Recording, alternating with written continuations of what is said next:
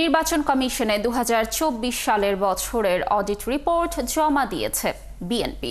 রোববার দলটির সিনিয়র যুগ্ম মহাসচিব রুহুল কবির রিজভীর নেতৃত্বে একটি প্রতিনিধি দল ইসি সচিব আক্তার আহমেদের কাছে বিএনপির আর্থিক আয় ব্যয় বিবরণী জমা দেয়।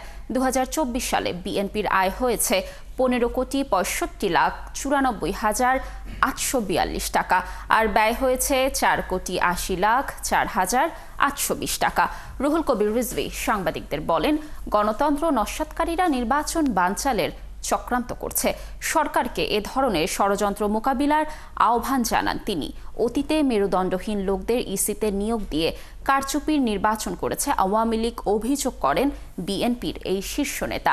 আগামী ত্রয়োদশ নির্বাচনে কারচুপি হবে না বলে প্রত্যাশা করেন তিনি। তার যে প্রাতিষ্ঠানিক স্বাধীনতা, সেই স্বাধীনতা হারিয়ে ফেলেছিল। প্রতিষ্ঠানটি হয়েছিল নির্বাহী বিভাগ তথা নির্বাহী বিভাগের যিনি প্রধান এবং যে নির্বাহী বিভাগটি একেবারেই অনির্বাচিত এবং অনেকটা গায়ের জোরে ফ্যাসিবাদী ক্ষমতার জোরে ক্ষমতায় ছিলেন,